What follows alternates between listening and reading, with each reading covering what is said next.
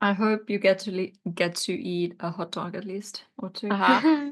And not get food I hope they're poisoning and not good. die in Jacksonville. I hope so as well. Fingers crossed, I guess. Yeah. Have you guys seen The Good Place? Nope. Yeah. I mean, like 2 seasons or so. I mean, Okay. I love this show. I mean, highly recommend. It's so great. Oh yeah, And it's great. this is actually the reason why I know Jacksonville. Yeah, that's the thing. So the only thing I know about Jacksonville is about Jason Mendoza. Yeah. Jalapeno poppers. Yeah, it's such a good show, Charlie. Okay. Yeah, It's so It's good. absolutely It's so great. good. In a kind of silly, kind of like heartwarming show, there is even greatest plot twist than in what we have in The Witcher. Actually, I have to admit. Okay. High praise. And the cast is great. Oh, fucking Yeah, fantastic. it is. You should really Fantastic. watch it. You will be howling with laughter. I'll put it on my watch list. Thanks for the rec.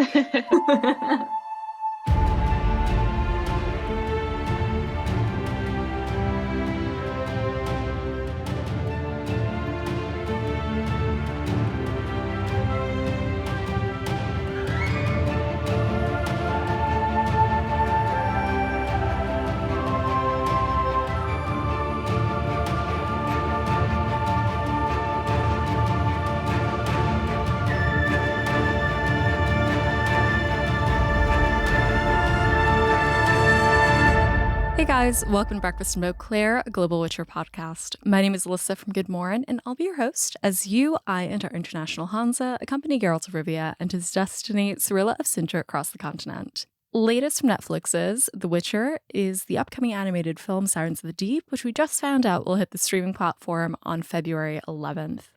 Thank you so much to our patrons and our produce level patrons. Katie, the Redhead of Toussaint, Jacob B., Charlotte from McWhirr Glamorai, the original Brooch, Libby, John of Riblia, Tom from Australia, Jill Kate, the Tabby Witch, Ollie from Sweden, James Carson III, Mir of Temeria, Softy, Lisa C., and Red Kite. If you'd like to learn more about supporting Breakfast in Beauclair, visit patreon.com/breakfastinbeauclair. As for this episode, Charli from Austria, Gintare from the UK, and Gosia from Ronin of Rivia call in for Andrzej Sapkowski's Baptism of Fire, Chapter 3. Join us as we discuss Ronin of Rivia, the combined analysis of Japanese studies and The Witcher, the appearance of a fan-favorite character whose increasingly absurd qualities create tension that, ultimately, goes nowhere, the right time to wallow, the best drunk intentions, family lore, flipping Arthurian legends, love eggplants, and the smelly farting Elder of Mahakam. Without further ado, let's get to our discussion of Andrzej Sapkowski's Baptism of Fire, Chapter 3. Hey guys, welcome to Breakfast in Beauclair. My name is Alyssa, and today we're welcoming 3 members of our Hansa to the show. You'll recognize my first guest from their appearances on the podcast covering Bottled Appetites and Dear Friend from the Netflix series. They have a background in musicology, journalism, and media, currently work in online marketing, and spend their time practicing HEMA, Historical European Martial Arts, in Austria. You'll recognize my second guest from their appearance on the show, covering Sherwood from the Netflix series. They're a musician and a visual artist based in London. My third and final guest is a fresh graduate in Japanology and an aspiring translator, currently working as a Japanese language teacher. She runs an Instagram and Facebook account, Ronin of Rivia, where she connects her 2 greatest passions, Japan and The Witcher. Please welcome Charli from Austria, Gintare from the UK, and Gosia, aka Ronin of Rivia, from Poland. Hi, guys. Hello. Hi. Thank you for having us. Yes, what a meaty introduction. I think this is the biggest group that we have had on the podcast thus far, and I'm so excited for it to be like a real book club. Yay! Yay. But before we get into our discussion, welcome back, Charli and Gintare. This is Goshia's first time on the show, and as such, I'd love to ask you how you got into The Witcher. Okay, so I mean, my story isn't very complicated because I probably got into The Witcher same as most Polish readers. So I basically got introduced to the book in my middle school, I guess it was. Yeah, it was probably my middle school. So during our literature classes, we had some books we basically we had to read them, and my teacher introduced us to The Witcher, to Blood of Elves. So that was the first book. I liked the book, but it wasn't like perfect for me, but it seemed kind of interesting. Some interesting story was going on, but I wasn't really into this story until The Witcher 3 premiere, because I see the game, I loved it, so I felt like, oh, I should read the rest of the books. So that's basically how I got into the series. Yeah. And what about your project, Ronin of Rivia? Could you tell us about that? Yeah, sure. It was basically like, it was during COVID, because like normally when you're stuck at home and you're basically like analyzing all of this Witcher stuff, I realized that CG Projekt Red released a Japan inspired Witcher Ronin figure. Mhm. So I would like, it's really great because if you look at the details, I mean, how detailed the figurine is, how meaningful all of these like tiny details are. So I felt like, oh, it's really a great thing to combine these two words, because I saw really like various like lines connecting these two words. So then I actually prepared a speech about it during a conference, but I realized that there is not as much time as I would like to have to talk about it, and there is not enough space to write about it in the essay after the conference. So I felt like maybe I should run a blog, but at the end I basically like ended up running my Instagram account because I thought it's kind of like easier than running a blog and more popular than a blog. So that's how it ended up. I love your account. Yeah. What has been like a surprising, I guess, connection that you want to share between Japanese studies and The Witcher that really kind of like sold the idea of Ronin of Rivia for you? I mean, there are two major, I guess. Like first is the connection between the character of Geralt and the character of Ronin. I mean, how they were portrayed in, I mean, not maybe in the culture, because like in the popular culture, Ronin are kind of romanticized, I guess. But I think it's like, when you think about Geralt, he's kind of like not really a hero, but more like anti-hero, meaning that he's very, very realistic. And because of his profession, nobody actually likes him. Or maybe there is like, not many people like him because he's a witcher. So it's like, and then it's like mutant, some kind of like different person or anything. So basically the same was basically like the same attitude people had towards Ronin, because Ronin were mostly like not employed, mostly drunk and dirty ex-samurai people. So I know that when you watch like films from Akira Kurosawa by Akira Kurosawa or something like this, you have a very different image of Ronin, because like they're the good guys, they were always willing to help. But that wasn't really the case, because mostly they were kind of like these dangerous guys you don't really want to mess up with. So this was kind of like similar to what image people mostly have about The Witcher. And the other is the universe we have in the books or in the games, like of the Witcher series and the world of Japanese folklore, because it's so full of various creatures, not only monsters, but all these creatures connected to magic. And the fun fact is that, yeah, obviously there are a lot of dangerous species like in the Japanese folklore. But on the other hand, I mean, it's not always the case that they're dangerous, because they can be very helpful to you depending on your attitude. So it's kind of the same in The Witcher when you think about it, that of course there are creatures that are considered to be monsters, but it's mostly like how people perceive them that makes them monsters. So that these are these two major like connections between the two worlds, I guess. That's super interesting. Yeah, I'm curious to like hear more about like any additional connection as we read our chapter too. Charli, Gintare, welcome back. It's so nice to have you guys. Thank you. It's lovely to be back on. Yeah, what's been up with you guys since you were last on the show? I don't really know. It's been a couple years. Yeah. I know. I think Charli, your episodes were like, I was looking them all up. I believe you were like around the 20s and the 60s, and Gintare was around episode 80 or so. So it's been, I think, a hot minute.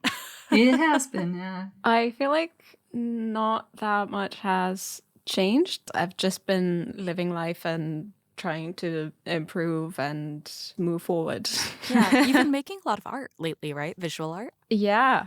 It's taken a break since Veil God has come out, but I do enjoy doing that. And when I see what I was making like 2 years ago, it's very different. I can definitely see how much I've improved. Mm-hmm. What kind of subjects do you focus on now? I mean, still mainly faces. I'm trying to get better at some backgrounds as well, clothes, bodies, and I need to fix my eyelashes as well. I figure drawing's so much fun, but so challenging, even with the reference. Yeah, and even when you've done it like 10 or 100 times, every subject is different. All it takes is for you to change pose and suddenly you don't know what you're doing. Yeah, absolutely. Charli, what about you? What have you been up to? Same, really, just life. I'm still working the same job. I don't do art, unfortunately. But you fight people with swords. Yeah, but even that, I'm going through a phase, have been for a while, so I haven't Yeah. really gone to the trainings in a while. But yeah, I still try to read about that stuff as well. But it's taken a backseat for the time being. But I am currently, because at the time of this recording, it's the middle of November. And as some of you know, I have my Advent Christmas calendar tradition with my sisters, where we make Advent calendars for each other each year. So currently I'm thinking about what I want to do this year, because I already know whose name I have. So I'm thinking about what that should look like and what I will make. Yeah, this is them. one of the cutest things I've ever heard. Do you want to tell our listeners about it? Oh, yeah, sure. So I have three younger sisters, and we are all such good friends and just such a good dynamic, and we love each other so much. I think it's 10 years ago now, maybe 11 years, I don't know, something like that. We kind of started to have like Christmas brunches where we'd exchange these Advent calendars. So for 24 days in December, you open a little door each day and there's some chocolates in there, whatever. And we kind of, we just make DIY Advent calendars for each other. And it's just so exciting to see what everybody comes up with each year. And, people outdo themselves every year with their ideas. And, I remember one year where everyone had fairy lights on their Advent calendars that we made. And it wasn't even something we discussed previously. It was just we had like the same brain wavelength or something, and everybody was just into fairy lights at the time. It's just very cool. And, we try to not repeat, so you don't make an Advent calendar for the same person that you did last year and stuff like that. We use like a generator to draw the names online, and we try to like exclude these names and these combinations so we can keep it fresh and mixed up. But yeah, it's just very cute. And then we all get together end of November for a brunch or something, or meet up at a restaurant and just exchange these Advent calendars. They always look so beautiful. It's a lot of fun to make them. Thank you. I'm excited. Yeah, you're going to have to like share a photo in the Discord I will. this year. It's so stinking cute. I love holiday traditions.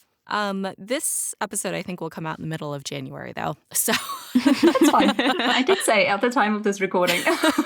I know people might have to like search in Discord Charli's Advent calendar. But that being said, it's like I said, so lovely to have you all on the show. I'm excited to have a big ol' book club for today, and we'll continue our discussion of Andrzej Sapkowski's Baptism of Fire with Chapter 3, in which the company spends the night at Regis's hut and Geralt dreams of Ciri. Here's a quick synopsis of the episode from future Alyssa. In Chapter 3 of Baptism of Fire, Geralt, Zoltan, and their shared company continue through the war-torn continent by way of the Old Road. They're passed by Cahir's blood-stained riderless horse and assume the Nilfgaardian is dead.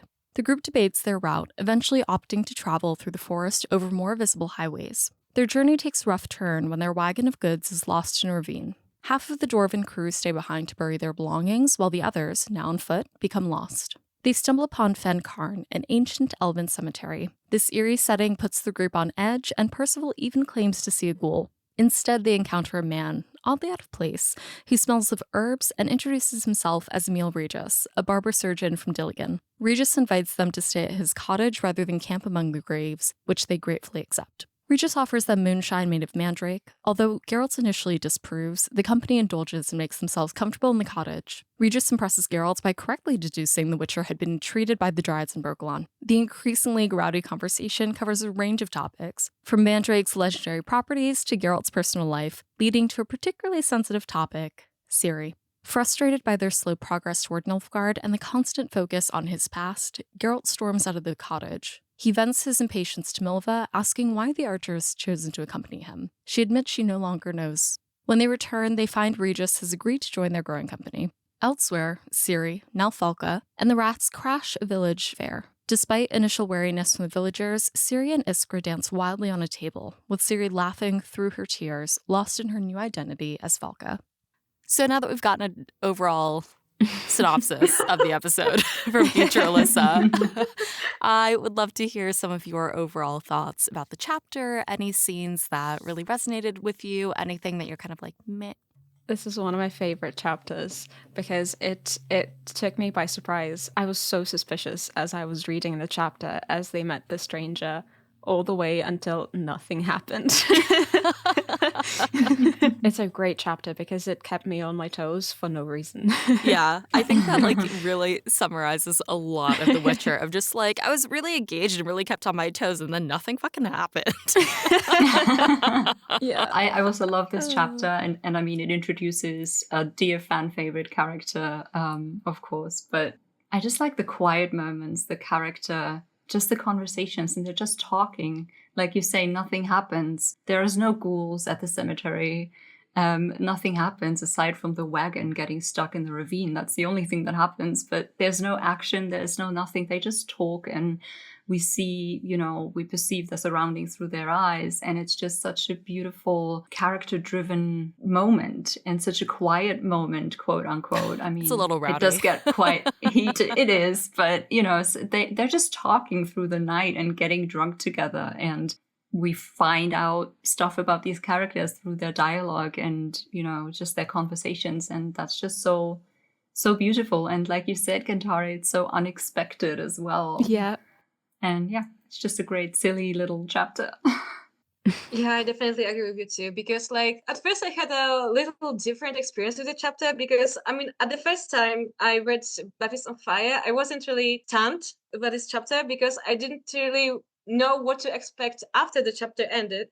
My feelings were extremely different when I reread actually the whole book because I mean when I knew what the chapter is about, I mean that's it's actually very much an introduction to the adventures of Geralt and Jaskier and Regis and everyone that happens later in the book. I mean, it's absolutely great to have this, as you mentioned, these quiet moments of talking, but I mean, nothing happens, but actually there is a lot of things going on in the chapter because like there is so much insight and so much like introduction to who these characters are, especially who Regis is. My absolutely favorite character. Mm-hmm. It was absolutely great moment of like few first moments with him just to like basically getting know things about him. So it was absolutely great. Yeah, I think like if not Breakfast in Beauclair, something about getting plastered in Regis's hut could have also been the same vibe for the podcast. Mandrake Moonshine, for example. Perfect. Yeah. Oh, wow. Midnight Yeah. Moonshine, the podcast. Aw. It's the same kind of reason why I love the scenes in Beauclair is because you're still getting like a history of Mahakam, like you're an understanding of like what's happening there and like all of the herbology stuff that they talk about with the mandrake. Chemistry. Yeah, it's also just like fucking fun. Like, so you just, it's the kind of Yeah. thing that I really enjoy the atmosphere here. And one of my favorite little sections or blurbs, there's a few like funny little quips between some of the characters. Yeah. Like, for example, when they're still out in the cemetery and they're suspicious of Regis, Zoltan and Geralt are talking, and one of them is like, I'd like to have a gander at what Regis keeps that hovel of his, just to be on the safe side. Mm-hmm. And I think Geralt suggests, so follow him in and pretend you want to borrow a fork. And Zoltan's like, why a fork? And it's like, why not? Yeah. so Yeah. stupid. Oh, yeah. And then the other part is when they're like drunk later that night. Zoltan spoke again about like the King of Mahakam and all of that stuff. Geralt listened again with rapt attention. And Regis also listened, even though he was sober and knew the story had been told multiple times. And it's so silly, but it's so like perfect. Yeah. But it's basically how it works when you are the only sober person at the party. It's exactly what happens. Yeah, it is. And it's so fun observing everybody like how drunk they are, all these mannerisms that come out in their drunkenness as well. Yeah. Have you listened to this chapter on the audiobooks? Because Yes. it's just like, if you remember how funny it is that Peter Kenny, with his voice, he really illustrates that very well, how drunk they get the longer the night goes on. I just thought it was brilliant as well. Yeah. Drunk Dandelion is so funny. Yeah. Yeah, I mean, absolutely the same is with Polish audiobooks, but because like they're absolutely great. I mean, they're very different than what Peter Kenny does because they're like each role is played by a different actor, so it's not really an audiobook, but actually like An audio like drama? audio series, audio drama maybe, yeah. Mhm. So that's absolutely great because like the fun fact is that the same actor that dubs King Foltest in the games dubs also Regis, for example. So Ah, it's like Ooh. the first time I was listening to this, I was like, what's going on? I mean, why they actually put like King Foltest in his role? But the funniest thing is that the actor actually does a incredibly great job, really. yeah. Ah, amazing. Well, I'm excited to get into the discussion questions and talk about this chapter in more detail. So, as the company passes through burnt villages, sees the corpses of traitors, and debate their route, how do the characters' different perspectives reflect their broader approaches to life and conflict? The ones that stood out to me were Milva and Zoltan because they had very different lives. Milva lives in the woods with the dryads and does not trust humans, even though she's a human. And Zoltan has assimilated so well into human settlements that he actually trusts humans more than the wilderness. Yeah, wanting to stay on the road, trusting that if they meet any Temerians, they can talk themselves out of any trouble, that kind of stuff. Yeah, and Milva is probably the most, let's say, like war experienced person in this company. I think because, like, yeah, obviously, like many people in this company experienced war, but Milva was kind of like on this active side because she cooperated with dryads from Brokilon. Mm-hmm. She understands the danger. She knows how dangerous this can be. They can be surrounded at any time. So the easiest possible way to do is to choose the safest path possible. So basically, that's maybe why she prefers to stay out of the road and basically to avoid like human contact, for example. And the saddest thing that she says is that she prefers monsters to humans because basically like probably she understands that the greatest danger at the moment are actually like marching troops, whatever the side they fight on, they're the danger, they're the real danger. I think it says quite a bit about predictability and optimism. In the previous episode, one of the things that we discussed was a section where Milva's like, there's a lesson to be learned in spending 2 years building the foundation of a house just to have it burn down in a few minutes. There's a sense there that she doesn't, of course, trust anybody, and she doesn't really think she doesn't want to be optimistic about the situation that they're in. And there's, I think, a certain predictability in the way that monsters will behave, that they're always going to have a certain element of bloodlust or they'll be afraid of you. Whereas with humans, they may be on your side, they may not be. You don't know their intentions and you don't know how they're going to act when they're afraid and in danger. But Zoltan's like, as you said, Gintare, he is Our boys. He's he's up for being trusting, and he believes, or he wants to believe, that everybody on the path is looking out for the good of everybody else. And we see kind of time and time again that's not necessarily the case, either in scenes where we're seeing active combat or things that the characters are witnessing after the fact. Charli, any thoughts? I totally agree, and I can just add that I thought that this contrast was very beautiful, and beautiful as it can be in a war zone, Yeah. But chapter 2 did this already, but it continues here. It's just we see the horrors and the uncertainty of war through the eyes of civilians. These are not soldiers. These are not, commanders with fighting experience. I mean, yes, Milva has experience with the Scoia'tael commandos and stuff like that, and saving the elves. But these are civilians, and they have refugees in their caravan, And children. And children, yeah, women and children. And despite the quips that they exchange and, about the river and which river is this, and surely it must lead here and there, it's all just guesswork. They don't know where the front lines are. They don't know who's in front of them. They have to guess whose fires these are. Is this the enemy? Is this their boys, as Zoltan says?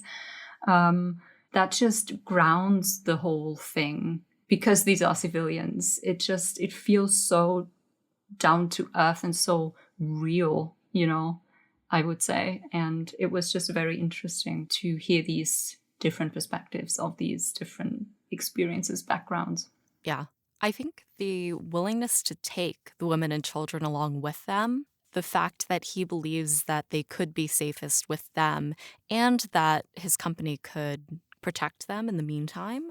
Like, I think that shows like a certain amount of confidence and optimism that they are going to be okay despite the circumstances. Yeah, you instantly cross your fingers for them. You know, you want them to be okay. You feel for these characters and you want Zoltan to be right. You know what I mean? You're rooting for him to be right and that he wants to see the best in people. So, yeah. Yeah. He's a sweetheart. Yeah, I'm excited to see him on screen. So looking ahead, in the Elven Cemetery at Fencarn, the group's fear of ghouls and Percival's alleged sighting of one create tension in the group. Why do you think Sapkowski chose this particular Elven cemetery for their first encounter with Regis? I don't know about the elven part, but I feel like cemeteries in pop culture, at least, have been associated with like monsters and vampires as well.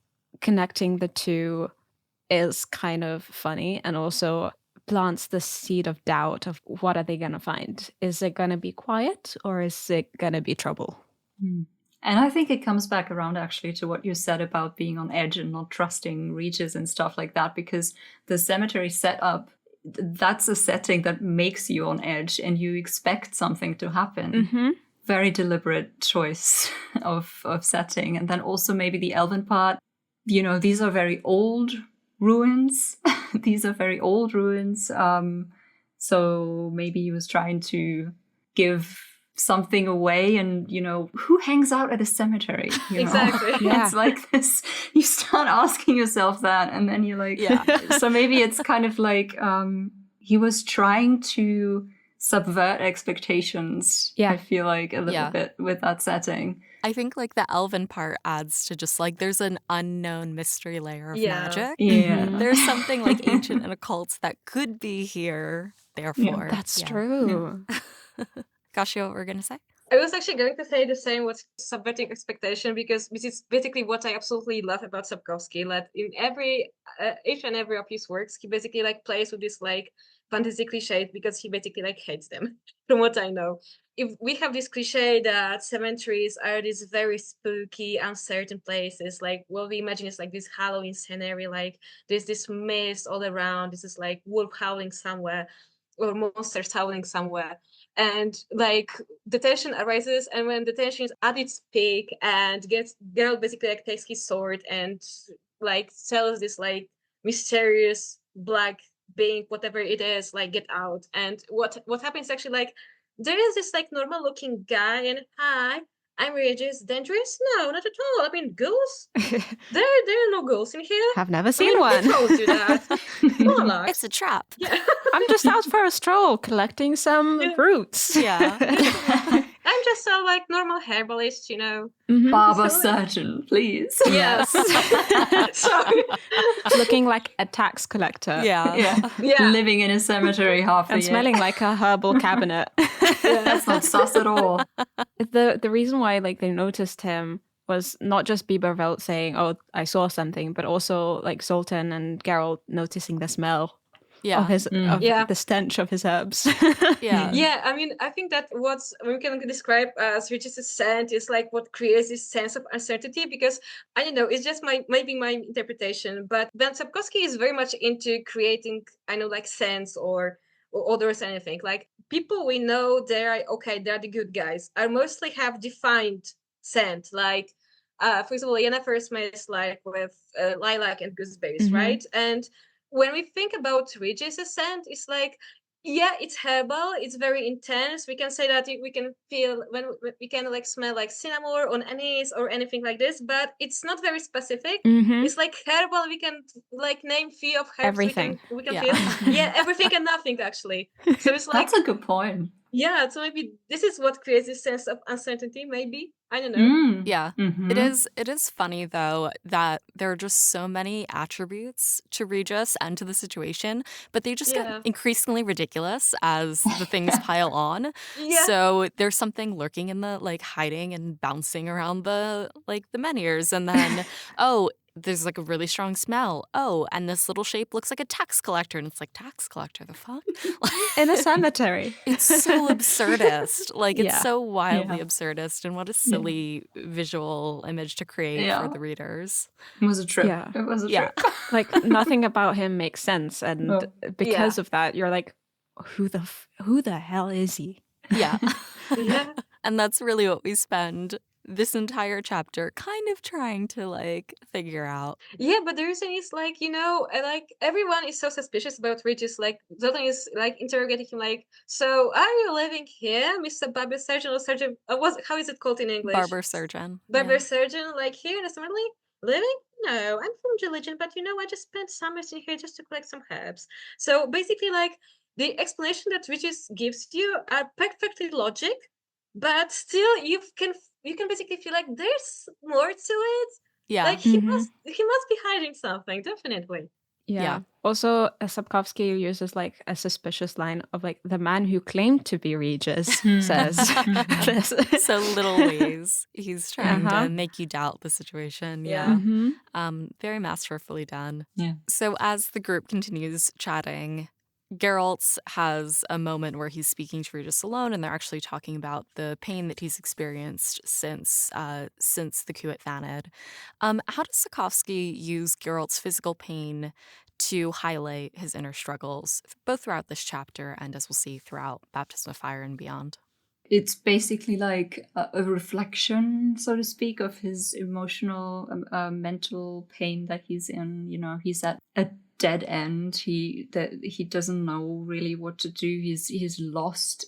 He lost people that are dear to him. He thinks he's been betrayed. He's lost his adoptive daughter, and he has this injury, which is just, I don't know if metaphor is the right word, but yeah, kind of just illustrates this struggle that he's facing. Like he cannot do this alone, Yeah. He hates where he is right now. He hates what happened. He has failed. He feels like he's failed his daughter. He feels like he's failed his friends, himself. At the same time, he also has pain now. He can't just fight monsters just like that. He can't just, he can't move. He has pain. And he's depressed. Yeah. This guy is depressed. And yeah. His body is failing him like he failed the people he loves, basically. Exactly. Yeah. One of the things that we spoke about in the previous recording, and it does feel like Geralt's being injured now when he hasn't been before, it signals a transition because his old ways of working aren't going to work anymore because he has this new thing. So he has to find other ways to adapt it and other ways to overcome it. And we talked a bit on the last episode about like, because he has this this injury and he needs more support to continue on in the way that he has been. And therefore, that's kind of where the company comes in and where additional, camaraderie and help will help him transition and hopefully reach his goal. It's like a device just for his character development. He needs to go somewhere from this, but he can't do it alone anymore. He needs help. He needs others. But he's so stubborn. So stubborn. Oh, yeah. That really is the crux of his struggle, is that he's just like, but I don't want to do that. Yeah. I've been doing it alone. I can still do it. I think he would disagree with you, Gintare, that Dandelion is a fun drunk. Oh yeah. That was pretty funny. Like Geralt getting mad at his best friend is like such a fun dynamic because I mean they've been friends for such a long time. That's kind of what happens with your best friends when they have so much dirt on you. Yeah. He doesn't just get mad at him. I think it's Regis who notes that, or like from Regis's perspective at the time, that he's like seething so much that he's white, like his face turned white because he's so angry at Dandelion. Yeah, but on the other hand, like when I was thinking about this scene, like Geralt talking with Regis about his injury, I was thinking like Geralt asks Regis, like, if there's anything you can do for it. Regis says, no, there's no cure for it. I mean, I can't help. So I was really thinking like, maybe it's just my interpretation, but I was thinking like, maybe Regis knows that there's more to it. It's just not only like physical pain. It's always like connected to just like psychological issues that Geralt has. So I was thinking like maybe he's implying that, Geralt cannot heal psychologically the same way as he would do physically, maybe. Or maybe there is just no cure. Like maybe he'll like never like get rid of this pain, maybe. So this is maybe like he'll never get rid of his suffering, maybe. I don't know. Yeah. No, that's a great Mhm. point. Like, there is that kind of disconnect, as we've spoken about, between Witchers being able to heal in a superhuman manner, and also there are just things that aren't going to heal. Yeah. There's a lot of inner work that he's got to do, Mhm. for sure. Yeah. But do you think that Geralt is trying just to forget about his whole suffering, like physical and psychological? Because like when Nerdy says like no, there's no cure, like, and Geralt says like okay, then I guess the only thing I can do is to drink your moonshine, for example, when he drinks. So I don't know. I maybe again it is maybe my interpretation, but I was thinking like is he trying to forget, or like just to forget even for a second, for one night?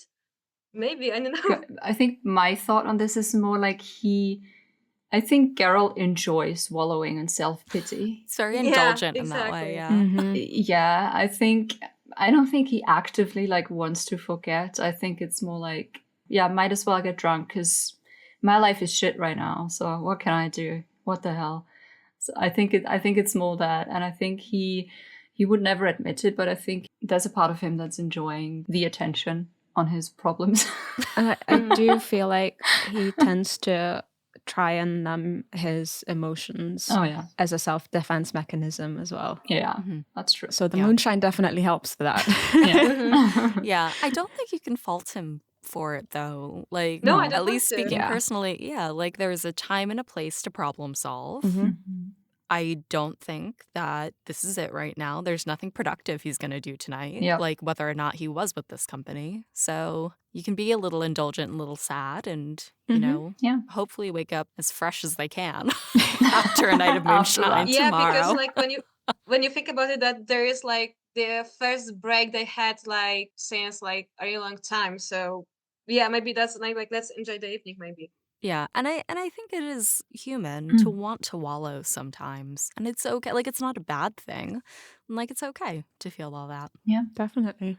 So, continuing the conversation about Mandrake, the myths of Mandrake, its real properties, all of this adds an element of humor and superstition to the chapter.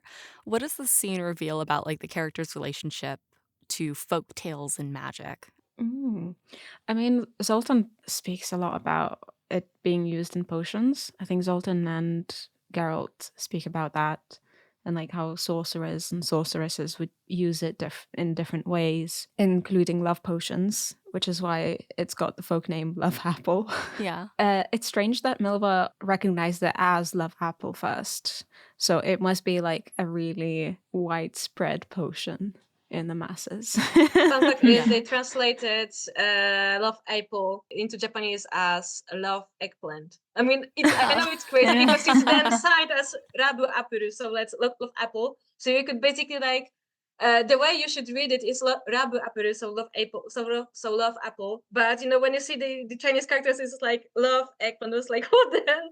Like why eggplant of all vegetables? Come on, or fruits. I mean, I'm not sure if eggplant is vegetable or fruit. So. Yeah. Have you read The Witcher in Polish, Japanese, and English? I mean, Polish, kind of Japanese. I mean, like few parts in Japanese, Yeah. and in English. I mean, kind of the same as in Japanese. I mean, I read more in Japanese than in English. So, like, Oh, when I wanted to interesting. read something in English, it's just I want to compare how it looks like in this, like in Polish, Japanese, and English, for example. Very interesting. Very cool. Yeah. Love Aubergine doesn't have the quite the same No. ring to it. It does remind me of the emoji, though. I was Yes. just gonna say that. Yeah.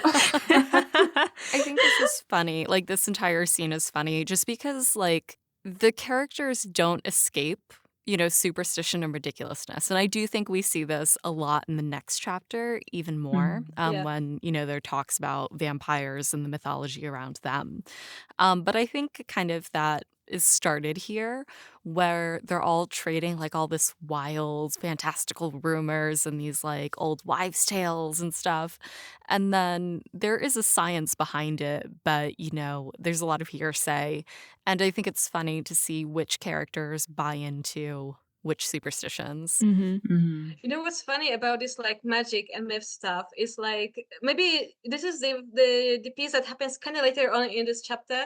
But when Percival says like stories, says these stories about the goblet he found, because like I was reading this and I was like 100% Sapkowski style, because like this is again like I was again like feeling like I'm reading his short stories when he's like mixing this like myths, classical stories, and like making the ending of it kind of like grotesque maybe, basically because like Percival was one of the knights of the round table, for example, from Arthurian legends, and it was funny. I mean, I'm not sure, I mean, he's not the first knight who actually found the Holy Grail, but I mean, like, depending on the myth you're analyzing, he probably was the one who saw it. Yeah. Or was very close to getting it, basically. Like, and what Percival says in the books is like, I once had this like very beautiful goblet, like creating from the precious stone, like decorated with jewels. Oh my god! And what happened? I exchanged it from you. I gifted them you with like to get the rest of the treasure. Yeah. It's very practical. Yeah. It's almost like, oh, something amazing is going to happen, and it just ended. For me, kind of sound like Monty Python sketches, actually. Yeah. Oh yeah, it does. And a little bit like this chapter as well, because you expect something to happen and then nothing happens. I mean, something happens, but it's like perfectly normal. And this was like everyone acts like, what did you expect? Come on. Yeah. So, like, I think that's a very drunk thing to do as well, to like start something very elaborate with the highest of intention, and then it's like, oh, but I'm too tired to finish it. Okay. It just fizzles out. Yeah. What I found very interesting, by the way, because we were talking about expectations and what everybody's relations to like folklore were and potions and stuff like that, I thought it was very interesting that Geralt scolds, I think it was Zoltan and Dandelion, who went to the distiller thing. Yeah. And tried a sip. And Geralt like scolded them and told them to like get away and not drink that. And you, the reader, also think, oh, this is suspicious. I'm sure this is like some evil magic potion this guy is, offering them. And then Regis is like, oh, no, I assure you, I distilled this correctly. Nothing to worry about. It's 100% safe, blah, blah, blah. And you, the reader, you go, okay, that's good. Then I hope he's trustworthy. I hope this is good information. And then again with the subverting expectations, because Geralt says, no, that's not the point. My point is, I know how much a bundle of mandrake costs, and I don't want you to waste it on us, And I thought that was so interesting because it gives two things. I think it gives an insight into how considerate Geralt can be. And being a witcher, he knows money problems. He never has any coin himself and stuff like that. But I think there's another element maybe as well of he doesn't want to be indebted to anybody. He doesn't want to owe anybody anything. That ties back really nicely to, because I thought that as well, that he's really hesitant about relying on people, just as like a personal thing. He doesn't want to build too many connections, or especially while he's on this path. But there is, I believe in chapter 1, when Milva is talking to Eithne, the Queen of Brokilon, she has a whole thing about Redkite. There's a creditor and a debtor in all of us. And we basically spend our lives giving and receiving love and services and everything. And I think that ties from that chapter and with Milva and Eithne to this brief exchange between Geralt and Regis too. Good point, yeah. Yeah. It is suspicious that like Regis had to say that, oh, it is distilled correctly, because it's not just mandrake that's toxic. It's also, there's nightshade in the concoction as well. Yeah. Which is a known poison, a known toxin. Also, Regis doesn't have a sip of it. Yeah. It's so shady. And the funny thing is, you'd think once he announces that he's not going to drink it himself, that the others would be more suspicious. But no, they're all like going for it. Once he's declared it safe. We had in Poland that the person who does not drink is definitely a spy. Yeah. For example. Yeah. So that is suspicious that he's the only one like who does not drink. Yeah. Very suspicious. I mean, he does later admit that he knows this concoction would loosen their tongues, you know, and so Yeah. he wants to get them to talk. He wants to know what their deal is and what news they bring and stuff like that. So it turns that whole thing around, because now he's the one, you know, questioning the others basically and gleaning information from them and what they tell each other in their loosened tongue state. The company might have advantage in numbers, but Regis has advantage in common sensibility. Mental capacity. See just how Regis talks to them. I mean, I don't know, but I was actually like feeling like he's talking to children. Like, I mean, from his perspective, those people definitely look kind of like children, because like Regis is intellectual. He has a vast knowledge regarding like lots of things, chemistry at the beginning, like herbs, like and herbs. I mean, like some herbal studies at the end.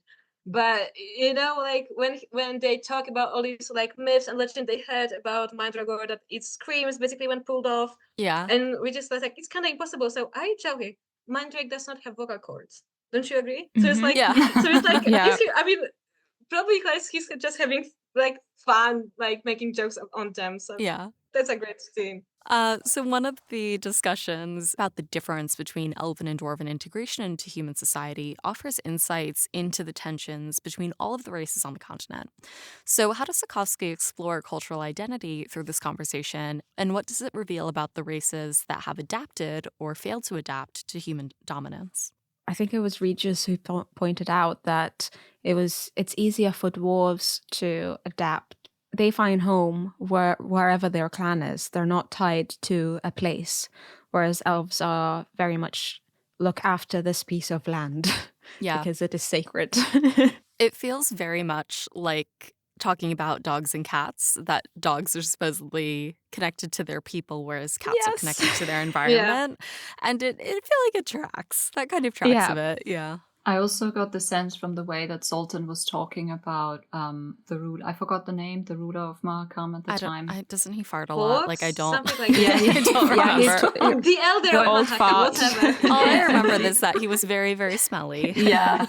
But he goes on and complains about and like makes fun of all these new rules that this ruler of Mahakam is trying to establish, and you know, telling people, I don't know, like the most ridiculous guidelines and rules to live your life. And I think the way he talked about that, we know that he's very well assimilated with like human society and like human way of life. It just goes to show that his opinion of the elves who don't do what he does and don't adapt to this human world and this new world, so to speak, that they get left behind, and he thinks lesser of them because they are okay with that. They are stuck in their ways. I think he was trying to say they're stuck in their ways and can't even see how ridiculous some of these things are, and they just agree to all of these new rules and stuff like that. So I think he's definitely happy he's moved on from Mahakam. I had the feeling that he thinks the others should follow his lead, basically, and just, you know, do the same. Yeah. Freedom over dictatorship, and also freedom to integrate and change and move on. It's almost like he doesn't like their pride, and seeing how humble he is, it makes sense. But don't you think that this Elder of Mahakam, however you like pronounce his name, is like very cynical at some point? Because from what Sultan says, I mean, he actually banned these like young dwarves from leaving Mahakam and joining Squirtle, not because it was kind of dangerous for the race, not because it actually caused some riots. You know, there was not enough like force to work in the mines, so that's the only reason why. So it's like kind of like, that's sad. That's very cynical, you know. I mean, we don't know if it's right or not. We don't know if it's like, because like Zoltan clearly hates this like elder, so we don't know whether it's true. But if it is, I mean, I think it's very cynical. Very capitalist of him. Yeah. It illustrates that scale of integration where you have like complete integration, which Zoltan seems to advocate for or believe in, where he can find kindness in everybody, regardless of their race. And then you have people who are like passively segregated, where like the elves just want to stay in Nobleton, the dryads just want to stay in Brooklyn and be unbothered. And then there's just like openly hostile segregation. it's interesting to see like why Zoltan is the way that he is based on the history and his either upbringing or adulthood amongst the dwarves too. Well, talking about history, I was actually gonna say that when I think about those elves and what Zoltan says, I mean, situation of life kind of resembles like situation of Imperial China to me. I know it's kind of like white connotation maybe, but for me, like it's kind of the same in the way that when white people arrived at Imperial China, they were basically like neglected or ignored from most of the time. Like like European emissaries and such were mostly ignored until it was too late. So it's kind of similar, maybe. The through line and the theme of racial tension and integration is something that we'll continue to explore throughout Baptism Fire and like throughout the rest of the series as well. So an ongoing discussion that certainly doesn't end in this chapter. Moving on, Geralt's frustration with the slow pace toward Nilfgaard culminates in an emotional outburst, with Milva following him outside of Regis's hut. How does this moment reflect Geralt's inner turmoil and sense of responsibility for Ciri? And what do you think this chapter says about his motivations, especially as the journey just drags on? I think he feels really helpless because of how long he sees it's going to take him. He just doesn't want to think about what could happen in that time to Ciri. He probably feels like by the time I get there, it's going to be too late. And then what am I going to do? Yeah, I mean, he counts out the days to being like, it's going to take me 1.5 years. Yeah. And that's if he moves at a regular pace and if he's successful and if he doesn't get injured. Yeah. And if he moves in the right direction. There are a lot of assumptions that 1.5 years is probably optimistic. And it's a long time. It's a very long time. There's too many moving pieces. Too much could go wrong. Yeah. And it's also going to get like harder for him to get to Nilfgaard because of the war. There's going to be less safe places, more distrust among people. Like, what is this Witcher doing trying to get into Nilfgaard? Like, let's take him to prison or something. Of course, like Geralt is very worried about Ciri, like how he can reach to her. But on the other hand, like Milva mentions that he also, she doesn't mention it directly, that Geralt actually longs for Yennefer because like he hadn't had any news about her, only like that few like very general news about what happened to the sorceress that took part in the coup. The sorceress has died, and that's it. At least he knows that Ciri is probably in Nilfgaard, but regarding Yennefer, he doesn't know anything. So maybe it is also like the case that Milva says, I can't make you feel better, but she definitely could, for example, and she's the one that you need, not me. But on the other hand, I have a question for you because, like, very recently I saw a theory that Milva's actually in love with Geralt. So I'm just curious what you think. Like, do you agree or do you think it's kind of like exaggeration to say so? I feel like that's kind of true because I think it was after having that conversation, she just got in a rotten mood. Yeah. And snapped at the group.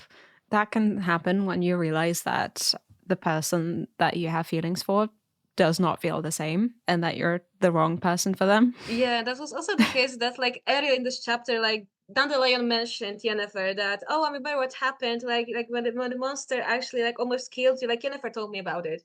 And Milva is like, she says nothing, but she just looks at Geralt and smiles a little. Yeah. So it's just like, maybe? Mm-hmm. I do wonder if it's almost like a fascination rather than like a romantic interest, though, because like Geralt is an enigma. Like he is one of a kind on a continent. He's the stuff of legends, and he doesn't want to open up. So I think part of it is just like trying to find camaraderie, or I don't remember if it's in this chapter or a different one. Milva's like, she realized she didn't understand anything and she just wanted to sit and talk to him and understand. So I think she's starting to let down her own guard and she's interested in what Geralt has to say and what's happened in his life. It could be entirely platonic curiosity there. I don't necessarily think it has to be romantic, but I do think that there's a level of vulnerability that they both need in order for their friendship or relationship to continue. I would agree. I personally never interpreted it as that she was like in love with him. I saw it more as fascination as well, but I also wondered if there's maybe an element coming into play. The concept of what this Yennefer and Geralt obviously have and how they're connected, if that is something that she is coming to terms with the fact that maybe that's something she longs for in a way as well. Maybe. And it's more just this concept, and there is somebody beyond what I do every day saving these elves, you know, because she has a, I don't know what chapter that is in, but she has a very troubled history as well, and, you know, didn't have it easy. So I think she would long for somebody to maybe care for her, and somebody she's important to. I don't think it's necessarily Geralt she wants this person to be, but maybe just this concept, I think, is appealing to her. And she doesn't really know what to do with that feeling, maybe. Yeah, I would argue that it might even not just be Geralt as a partner to Yennefer, but also Geralt as a father figure to Ciri. Yeah. Oh, yeah. Absolutely. We hear a little bit both about her real father as well as her stepfather in the previous chapter, and she lost both of those relationships when she was younger. So I think to have Geralt be so motivated by his search for Ciri is a huge factor. I think that she just can't wrap her head around that kind of love. Yeah. To go back to the original question about like Geralt's motivations and where his motivations are as this journey continues, there's a future chapter in which Regis says, like, it's better to move forward without a name than to effectively do nothing. I'm paraphrasing. And I feel like that's pretty much what happens here. I feel like Geralt is very motivated to look for Ciri. He just doesn't really know what direction to go in and what to do. So the only little nugget that he has is that she's rumored to be in Nilfgaard. And he's like, well, okay, I'm just gonna go there. Yeah. It's gonna take me a year and a half and I'm gonna have to fucking walk, but I'm just gonna go there. The man is grieving. He needs to keep moving. And the only loose lead that he has, he's following that. Yeah. And so I feel like to be moving forward without an aim, just in a vague direction, I feel like the momentum for that goes whoop as the journey goes on. Flailing. Cuddy wampling along. It's so, like, I think I said this on the previous discussion as well. Like, I admire his ambitions. I question his methods. Yes, definitely. That's why it's good he's starting to assemble, whether he likes it or not, this group of people around him, because they're going to tell him that same thing. They're going to tell him that. They're going to be like, dude, listen to us. You need help. Don't do this alone. Tough love. Yep. Yeah. Overall, this chapter puts us and Geralt, you know, in a good place where we're, despite all the suspicions that have been laid out over the course of this chapter, we are building a trustworthy group of like friends and companions that we will enjoy as the journey continues on. So our last question, we get a very, very short snippet of Ciri at the end of the chapter, and we hear about the dreams that Geralt has been having. And Ciri's Wild Dances Falca really highlights her transition into this violent rebel persona. How does this moment illustrate her continued loss of innocence? Ooh. Good question. Yeah. So maybe for me, it's not necessarily like the loss of innocence, but maybe loss of identity. And it's maybe what Geralt fears most, because maybe this is what actually, maybe motivates him to find her as quickly as possible. Is like what he feels that if she's alone, she's gonna lose who she actually is. She's gonna lose her identity. And it's very like clear for me, at least for me, like in this chapter, where she's dancing, she's thinking like, I'm Falca. I've always been Falca. I've been no one else but Falca. So this is basically like what she thinks. And each and every time you read, you actually see that she refers to Geralt, Yennefer, like people I once knew, the person I once was. So I don't know them anymore. I'm not that person anymore. You realize that step by step, but she's losing her identity. I feel like that whole scene is just a huge trauma response, because the loss of identity, like shutting off that door of like the life before is somebody else's, because it hurts too much to think of that as myself still. And I am now this new person who can have new experiences, and I don't have to worry about the past. I can just worry about now and the future. The tear rolling down her face that she doesn't notice is kind of like a really nice poetic way of like her body processing the sadness and the trauma without her realizing at this fracturing of her personality. She's dancing with like want and abandon, nothing else matters. And the way Sapkowski describes, the beating of the drums, and it's ever more frantic until it's not even music anymore. She wants to forget everything else, and she's just losing herself in this scene, so she doesn't have to think about what happened to her and what happened probably to the people she loves and who she's lost sight of. And it's just that she's just letting go. Like, it's like she's standing at a precipice and she's choosing to like let go. Like I think it's a conscious decision, because she doesn't want to have to deal with that, but she's making this decision, but her body is like catching up. Like, it's still buried in there somewhere, and she can't escape that, but she's trying very, very hard to forget. Yeah, but what's interesting, I mean, there's a book like History and Fantastica, as well as History and Fantasy, where it's basically an interview with Sapkowski, and from what I remember, he mentioned that he originally planned Ciri to be a villain. He didn't want her to end like a classical fantasy hero, like saving the world and such. So when I remembered that, I mean, I thought that this is basically the scene that when we see that Ciri is embracing her like this more aggressive identity. So maybe that's one of the like idea that Sapkowski had, to introduce her as a person who can potentially become a villain, for example. Interesting. There's something so captivating about the way that this excerpt is written. I'd be really curious about the original Polish, actually. We were just talking with Bolo about the previous chapter about the way that Sapkowski layers in different dialects and words in Polish that, doesn't necessarily come across in the translations, of course. And so I find it incredibly engaging, because you get sucked in, as Ciri and Iskra do, into the song, into the beats, into the dance, and it becomes a lot more frantic, as Charli said, and loud.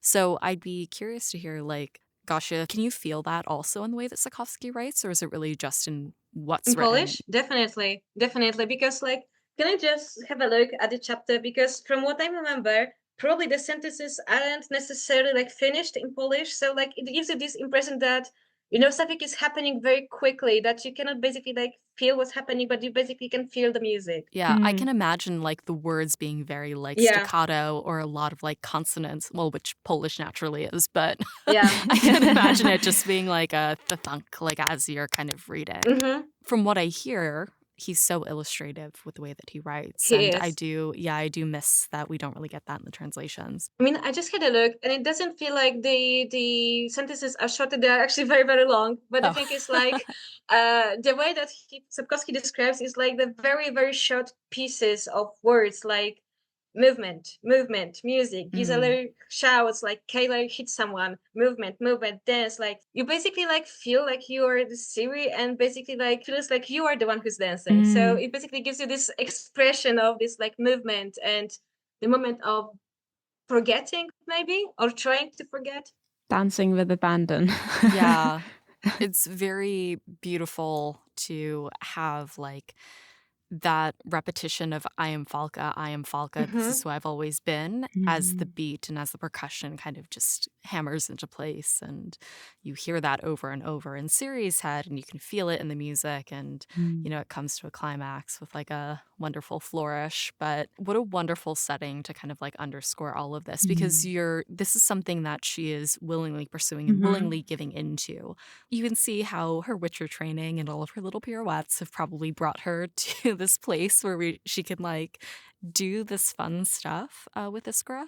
But there is that, I think, like physical feeling of release, as we spoke about with the tear and with the way that she dances. So maybe this is just an illusion of being released. I don't know, like maybe, yeah. I feel like she's probably embracing the Falca because she feels more in control, more powerful as her, because she's felt so powerless and out of control as Ciri. So it just makes sense to her to just be like, hey, now I'm in control. I'm controlling the situation. I'm having fun.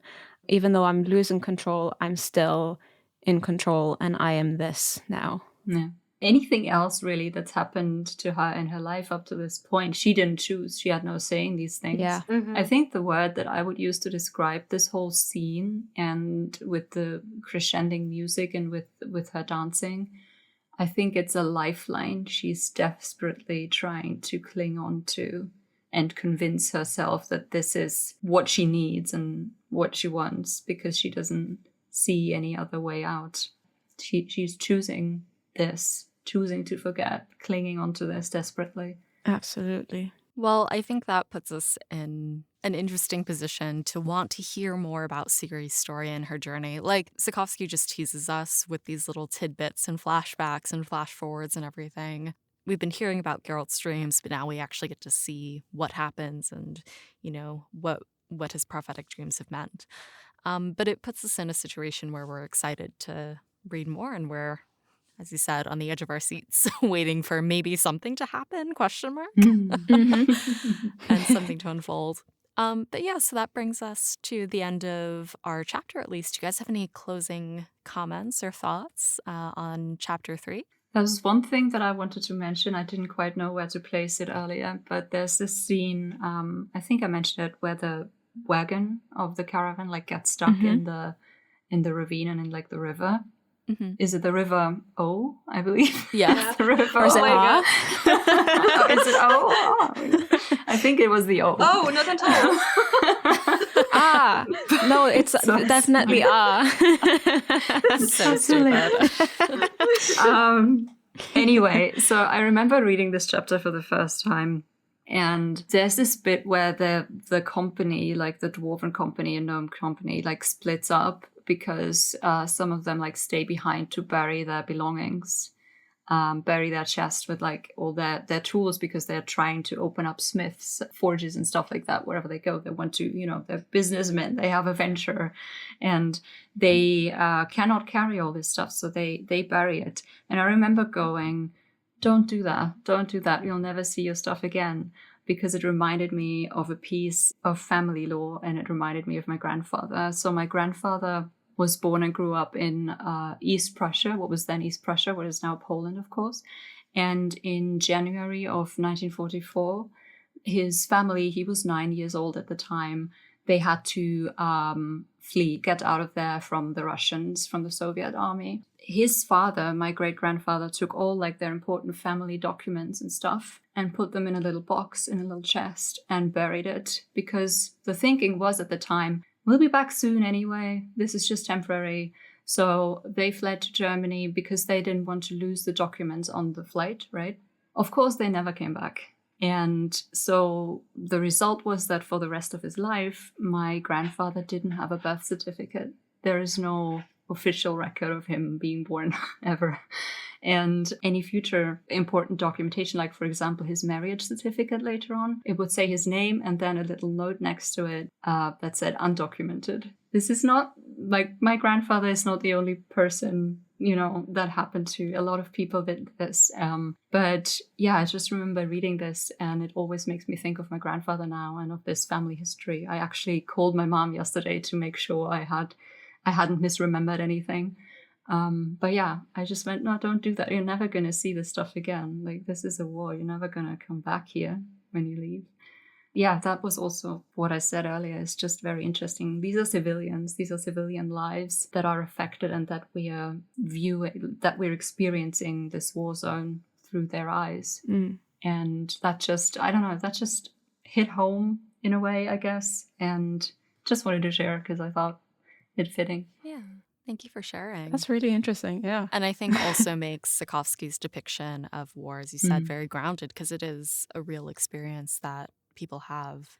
And your story is so personal, but there's obviously like lots of stories of people, as they talk about, like keeping belongings or converting their money into gems because they're easier to carry, sewing them into their clothing, that sort of thing. But the optimism, the belief that you'll come back home one day is also something that's so present, I think, throughout the Witcher series too. Any last thoughts from you guys? Gintare, Gosia? I just love Regis. Yeah, best boy. Also, I made a note.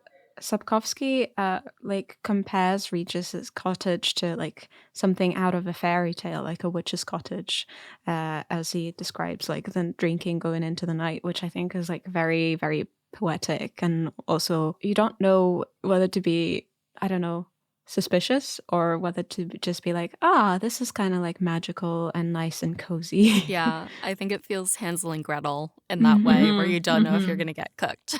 To Yeah. stew. No, I just realized that when it comes to translation, in English version, is it cottage? Yeah. Yeah. Okay, so in Polish it is kind of different because, like, from what I remember in Polish, it is like szałas or something like this. So szałas is kind of like hut or a shelter. So it's like something you create, for example, when you are like spending a night in a forest, for example. So we basically created like quasi little house from like leaves or benches, something like this. Oh, interesting. This kind of image. So when I was thinking cottage, for me it's like a tiny house in a village, for example. So yeah.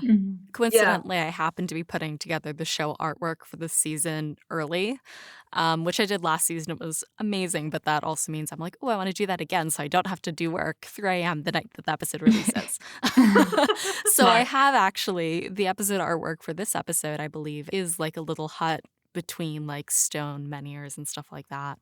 I was trying to find the right hut cottage thing, and in my mind I was basically looking for like a single room dirt floor shack, kind of like what they have in The Witcher 3, and that's kind of what I was imagining. But when you say what you described, where it's kind of just like leaves and benches, like I imagine like the equivalent of like a blanket fort.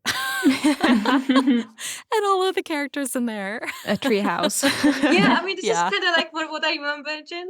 I think it's not really like only leaves and benches like in the book, but normally like my imagination of like me hearing the word showers is basically like this, like something very easy and like not very complicated to create. So that's the thing. But probably like if Regis has these kind of like devices in his hat, it's probably like kind of more like resembling a house than a like few benches and a leaves. So probably.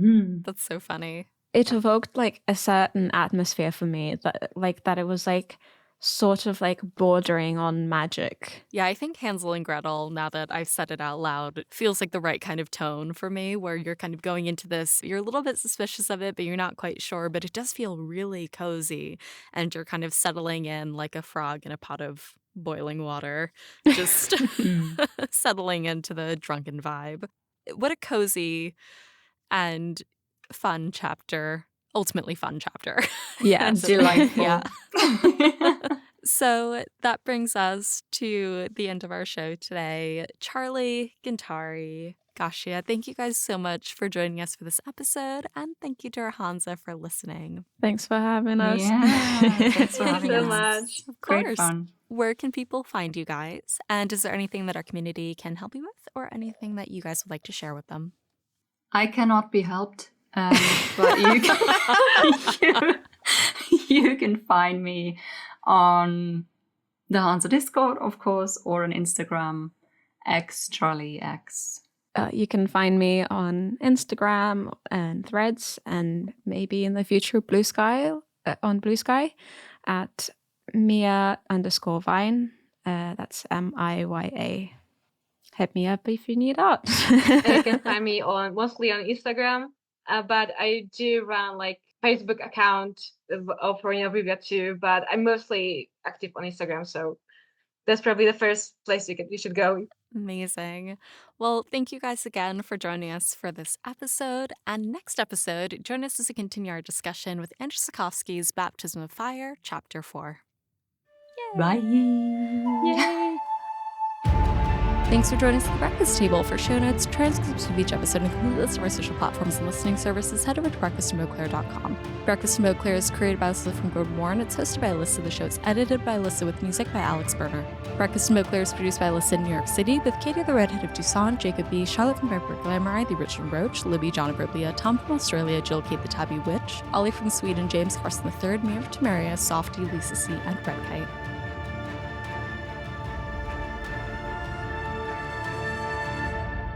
Special thanks to Charli, Gintare, and Gosia for joining us for this episode, and our international Hansa for their support.